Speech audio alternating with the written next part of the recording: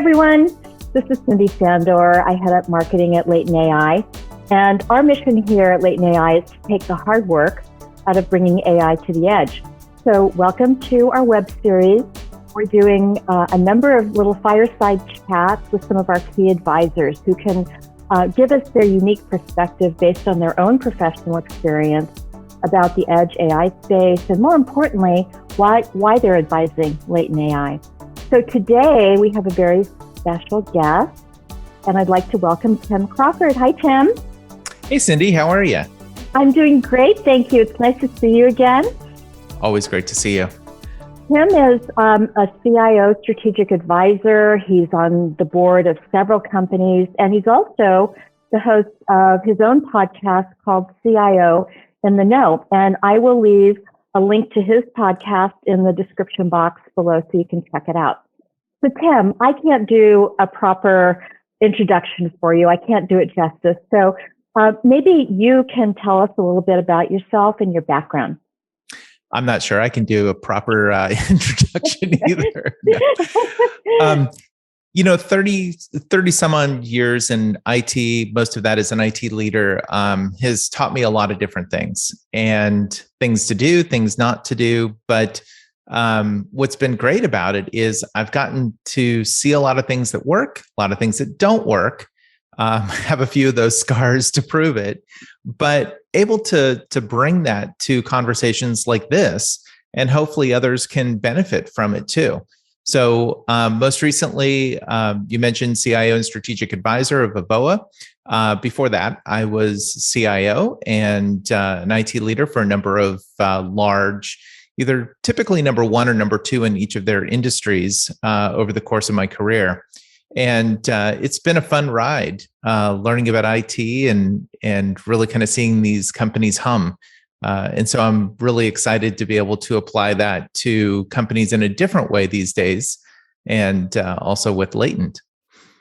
Yes, thank you. You have a very impressive background. I bet you've seen a lot and also have learned a lot. You probably have a lot of stories to tell. I've also worked with a number of startups in my career, and I know what you're saying about how much fun it is to see them hum.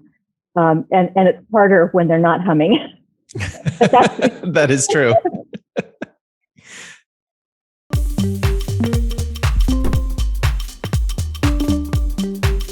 Jags and I met just through happenstance. We were both at a Wall Street Journal tech event in Southern California. I remember that. Happened to run into each other at this event, a pretty affluent group of folks. I mean, you had people that were some of the founders of Siri and some of the biggest tech leaders that were there. And so, here am I kind of walking into this, and it was great. And, Jags and I just really hit it off. And I think this will kind of play into some of the conversation that we're planning to have today. But part of that is, you find these people that you just sync with, you just resonate with. And Jags is just such a great person as an individual. But then as I got to know him as a leader and kind of how he thought, and we just really hit it off. And so one thing led to another, and he invited me to join the advisory board for Latent, and I was honored to do so.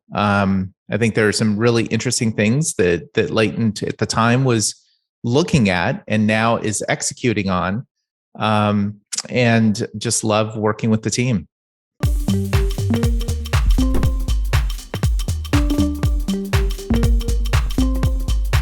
I'm glad that you're bringing this up, because I don't think enough people really think about their advisory board and kind of what I call the genetic makeup of your board. When you think about a team, if it's a team within your organization or a team that you're leading or a team that you're working with, what is that DNA that you're trying to put together? You want one of these and one of these and one of these and one of these, and together cohesively, that's what really kind of makes this special. In the case of organizations that I've either been an advisor to or been on the board of, one of the things that I look for first and foremost is cultural fit. Is this someone that I really kind of hit it off with? Because we are going to have some really good conversations and we're going to have some really tough conversations. And even Jags and I, over the course of time that I've been an advisor to Latent, we have had some of those tough conversations. And I think that's a very healthy thing to do. And so what I'm looking for is, are the opportunities and the appetite, do they exist within the executive that's going to be leading that organization and therefore engaging with that advisory team? And the same is true for the board. And so you have to think about the genetic makeup. You have to think about the cultural fit. You have to think about what they're bringing to the table. For me, I'm looking at this from an enterprise perspective. It's what I've lived in the bulk of my career. It's the place that I know best. And so I'm bringing that perspective to the conversation, but also helping guide from a leadership standpoint too. And so we've even had conversations about leadership and what it means to be a CEO. So it's not just about technology. It's a more well-rounded, holistic view that you have to look at. The last thing that I'll say is, how engaged are you with your advisory board? And so I'm always looking for those opportunities where the executive team is looking to truly engage with their advisory board, not just to make introductions to other companies, but, you know, Cyndy, you would reach out to me and say, hey, I'm thinking about X. What do you think about that? I'm thinking about going this direction or that direction. Give me some feedback on this. I mean, be candid. What resonates with you? What doesn't? And how often are you engaging with your advisory board? And so quite often, I think one of the mistakes that startups make is they don't fully put their advisory board to task. They have it sitting there, and you add these headshots to the website, and great, it looks good, but you're really not finding ways to engage them in a meaningful way. And so I think that's detrimental both to the organization, but also to the advisors too. That's not the case with Latent. You and I've had conversations, Jags and I have had conversations. And so I think there are some great opportunities to really kind of fully engage that advisory board in ways that most don't. Right. And, I think that is, your insight is so valuable there because in my experience, many startups don't have advisors. They don't have an advisory board.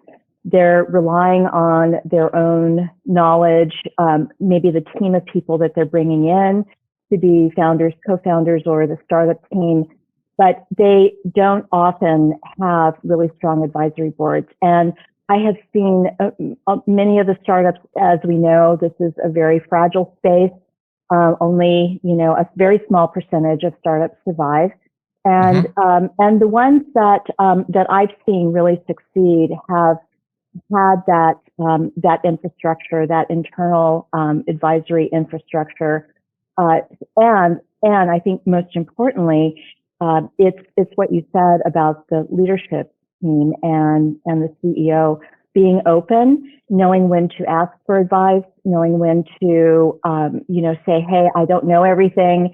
I really need to bounce this off someone who has some experience here so I can move my company forward. I can help make the right decisions and get different perspective because, we don't know everything, right? Yeah. So I think it's really good. No, that's absolutely right. And, I mentioned the tough conversations, but, we also celebrate the wins too, the successes. And so there are times when I'll get a text from Jags and he'll say, hey, this just happened. Yeah, he's so great about that. We get excited about that. And I think that's really important from a balance standpoint to know that, there are some tough things we have to work through. And as you said, startups are fragile, but let's also celebrate, take a moment, take a deep breath and celebrate those wins too.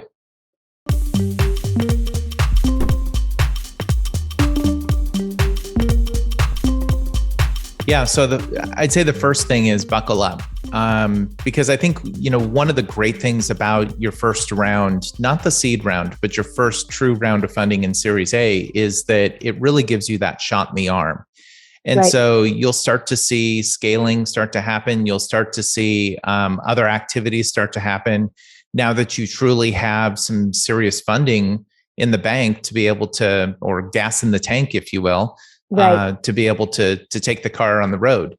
The one thing that I always see startups kind of get a little challenged with is, where do I spend that funding? And so there's a bit of consternation that can take place sometimes with, okay, we only have this much money. We have to make sure that it lasts us as long as we had hoped before our next round. And where do we put it in the right place to be able to have the right outcome? And sometimes some of those decisions are not short-term decisions. Sometimes you have to think more long-term of what's going to get you ready for the next round or get you ready for the next tier. And so there are some counterintuitive decisions that you have to make along the way, especially as you go through this process. But I think the important thing there is, think through how this plays out. This isn't the end of it. This is just the start. We're still in the early innings. And so while you're getting that gas in the tank or the shot in the arm, considering where we are today in the world, but if you think about it, it's really just it's a license to be able to do things that you haven't been able to do yet. Does it open things up to be able to do everything? No, not yet. But as you start to think about how that plays out, it's important to think about the long game, not the short game.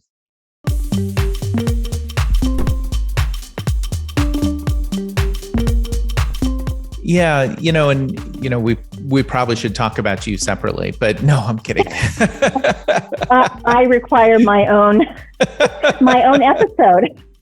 No, in all truthfulness, it's the team has been a joy to work with. I think that the biggest thing that I like about working with the people, the executive team at Latent, is that they're not afraid to ask the hard questions. Nothing is sacred.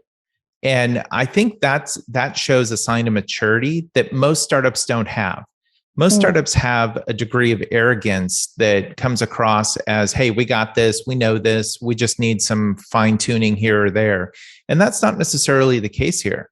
In some cases, Jags and I, for example, have had conversations around, hey, are we, is this the right thing to do or right way to go, which could have potentially sent things in a completely different direction. And in the end, it was one particular case I can think of was one of, no, continue going down the path you're going. So, right, from my perspective, that's the right way to go, but ask the other advisors too. And I think this is where it's important to know what each of those advisors bring to the table and what you can reach out to them for too. Like Chloe reached out to me recently about questions around policy. You've reached out to me about marketing questions. Jags has reached out to me about leadership and product and partnerships. So it is important to think about how the advisors come into play. But I'll say that one of the things that I've loved about working with the executive team is that there's nothing that's held back. I feel like I'm part of the team. Right. As opposed to someone that's ancillary to the org. And I think that says a lot about how the team works and the culture that's being built. Because let's face it, this culture will shift over time. Absolutely. But what's being built within Latent AI. And that's important. Right.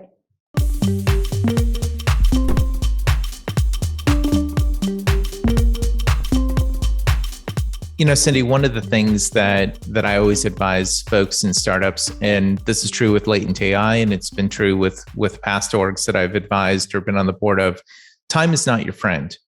And time is not your friend because those ankle biters will become firm competitors and potentially leaders in your space if you're not careful.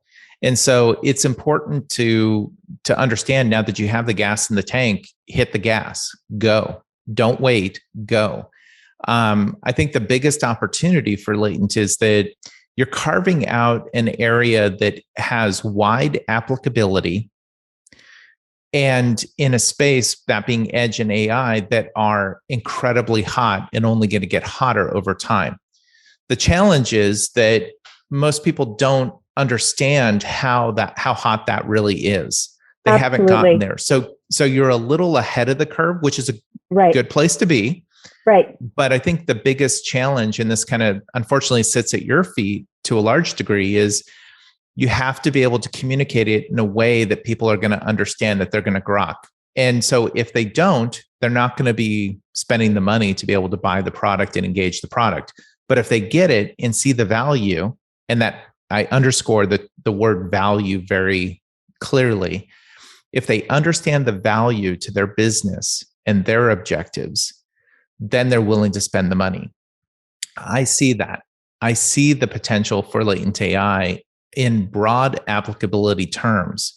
The challenge is, I don't think that most enterprises understand. I don't think they're even ready for it yet, but they will be. And when they do get there, or it gets packaged up in a way that they can consume it more easily, then I think you really start to see it fly.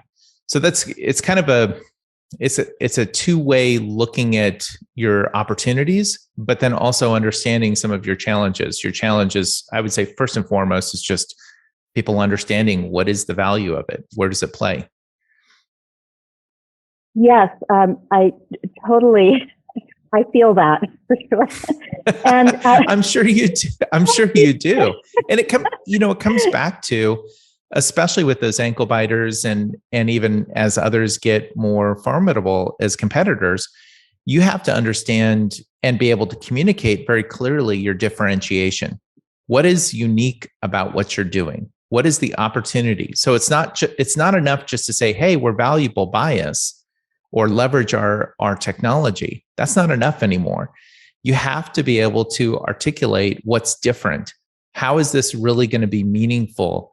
And how does it compare with the alternative methods? Maybe it's not competitors today. Maybe it's alternative processes or alternative ways of doing things. But at some point, it will be how we differentiate from our competition.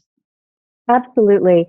And, in my past life, when I was on the tech media side, I worked in 4 publications that were directly focused on the developer market. And developers are hard to market to. They're a tough audience because, number one, you've got all the different categories of developers, whether they're, enterprise, they're, working on consumer applications, mobile applications. In our case, it's AI and ML, which is, not a new category, but they're, not as plentiful, I think, in many organizations. It's a hard talent pool to find the right skill set. Right. And then, marketing to them is just one part of it, because they're often not the decision makers. They're the end users, but they often they're not the economic buyers. And so that's right. You have to market up and down the enterprise food chain to get some traction. And that's the difficult part, especially at our stage. Yeah, you're absolutely right. I mean, latent AI isn't something that you can just take off the shelf and use if you're a business leader, right? That's right.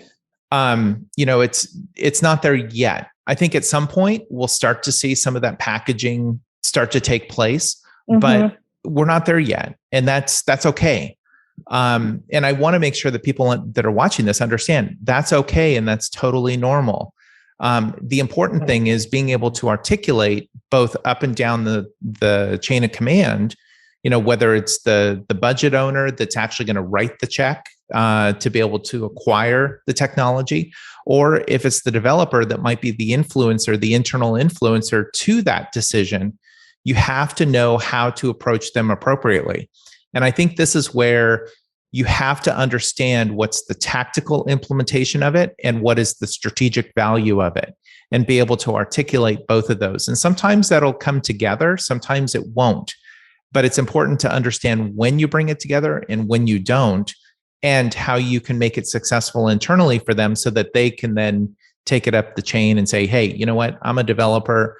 This technology is what we need to solve this business problem. And they can articulate it internally and be that champion for you. But I think the other piece here is understanding how to make this technology broadly applicable. It can't just rest with the developer. It has to be communicated in strategic ways where people start to go, ooh, you're doing something that's really valuable from a business standpoint. Great. Now, how do I get there? I'm glad you asked. Let's get your development team involved, your architecture team involved, and let's have that conversation, and we can tell you exactly how you do it. And so there's the top down, but there's bottoms up as well that you have to consider when you're communicating.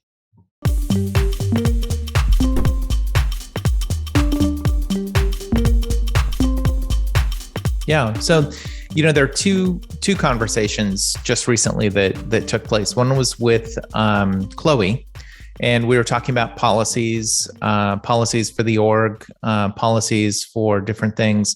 And the important thing there is to understand, where to appropriately apply them too. So it's not just the policy itself, but you have to have the right balance. Some of these are required by law. Some of them are ways to protect the staff or the technology or the company or customers. But you have to know where to appropriately apply them. Otherwise, you just get completely constrained by policies. Right. And then the second conversation was actually with Jags, and we were talking about two different things. One was a recent win.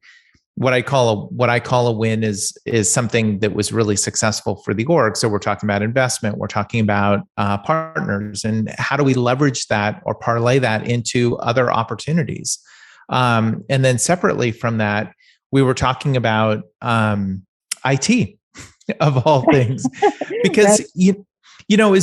as you start to grow, and we were just talking about this a minute ago around culture. You want to set that base, that foundation in place now while the team is small. And when you set the tone and cadence for the organization, that then carries on as the organization grows. And the same thing is true with technology decisions you make, whether it's platforms, whether it's different tools. It's one thing when you're working with 10 or 20 or 30 folks, you make decisions for the short term. But as you grow, you have to choose technologies that make sense for that larger organization. And then the second piece is it's easier to make those changes now than when you have 100, 500, 5,000 people in the organization. And so right. We were talking through just some of the tools that are currently in place and the team is using, and some of the things that we foresee that the org is going to need. And these are things that, if you had a CIO or had a head of IT, that they would be doing for you. But of course, the organization is not big enough for that yet. And so how can we leveraging those advisors in meaningful ways to be able to kind of carry that forward? And so those were kind of the more recent chats that I had with a couple of the folks. Right. I know a couple of our recent conversations internally have been around, we have a lot of new people that have joined the company, which is really exciting.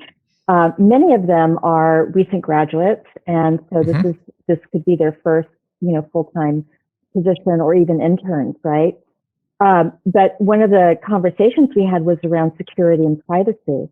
So just best practices in terms of, if you get up and leave your desk, make sure you, close out all programs you're working on, or shut your laptop or whatever. Those kinds of things that can, make a difference, but just sort of instilling some of the good habits, I guess, along the way. Yeah. So it's super important. And it's the things that, you don't really think about as a young startup, because you're, focused on the milestones and the product and, and new customers and all of that. So, yeah. Yeah. And especially, as you mentioned, you're bringing in interns and folks where this might be their first company. This may be their first corporate experience. And so, working for a company is very different when you think about your laptop and the data that's on it. It's one thing if that's your personal information. It's a whole nother thing if we're talking about corporate intellectual property that might be on that system. And so there is a responsibility that all of us have, myself included as an advisor, because of course I touch confidential information for Latent AI too. Mm-hmm. There's a responsibility that all of us have to ensure that we are taking the right precautions to protect that information. Right? As long as we're employed or working with the company, and even afterwards, it's just the right thing to do. And so you might say, okay, then why do we need policies if people are going to do the right thing? And part of it is to ensure that the people understand what the right thing to do is. Right. And so it's not meant to constrain folks by any stretch of the imagination. Quite the opposite. We want folks to have the freedom to be able to do what they need to do to be successful, and both personally and professionally. But at the same time, there are some precautions that you have to do either from a legal framework perspective or a risk perspective. And unfortunately, it's just kind of the cost of doing business and working in a company. The important thing here, though, as I mentioned, and having worked for really large companies, and let me give you some perspective. Some of the smallest companies that I've worked for are 20,000 people. So think of like Stanford University, right? Prominent organization, 20,000 people. But I've also worked for companies that are 100,000, 250,000 people around the world. And so the only way to ensure that you have this consistency across the org and that you're protecting the org and the IP and how we work is by putting some of these policies in place. And let's make sure that we also talk about just the nature of the work that we're doing. We're going to be touching data that is sensitive for customers. Absolutely. And so it's also important not just to protect the company, but to protect our customers too, and ensure that their thoughts and concerns are also kind of top of mind for the work that we're doing.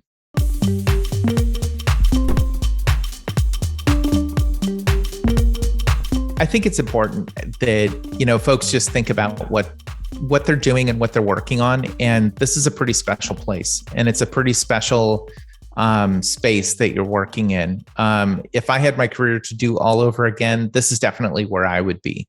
But unfortunately, my career is well down the path. You and me both. And so, now I have to rely on those really smart people, those smarter people that are actually doing the work and doing the amazing things that they're doing. I think the biggest piece of advice that I could give folks is just make sure that you're allotting enough time to step away from what you're doing and think. Yeah. Make sure that you are banking time to think about what you're doing. And I don't think we do that enough. We get so focused on tasks and finishing tasks that we don't step back and say, okay, let's think about what we're doing too.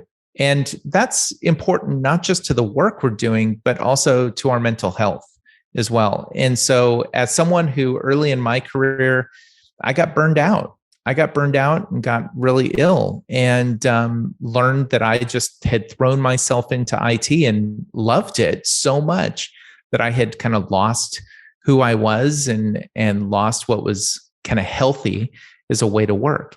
And so I think, especially now when you're thinking about how we work, coming out of the pandemic, hopefully coming out of the pandemic, sometime soon, it's really important to take mental health into account. And so I just encourage folks, we're doing great things, keep up the work, but don't forget about yourself too. It could be something even more simplistic than that too, which is just take a minute, step away from your computer, walk around, get a drink of water, go outside, take a deep breath. Okay, maybe if you don't live in LA or New York, but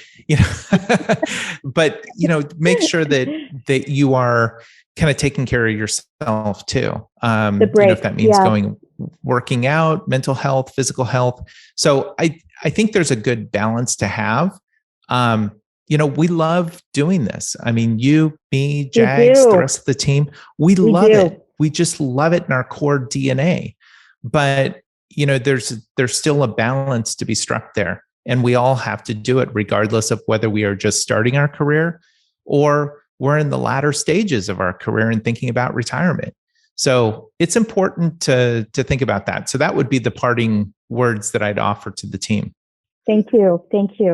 And anything else you'd like to add before we leave? Anything cool that you're up to aside from Latent AI these days? I'm looking forward to playing more golf. Yes. Actually going out tomorrow morning to play. So I'm looking forward to Awesome. that. But we covered a lot of ground here. And I just say that, my door's open to the team too. I mean, feel free to reach out through the executive team. They all know how to get a hold of me. If there are questions that come up, I mean, by all means, leverage your leadership, leverage your network. These are important things that we're doing, and it's a great time to be in technology. Better than when I started in technology, and that was an amazing time. So I would just say, keep at it, do what you love, and the rest will come.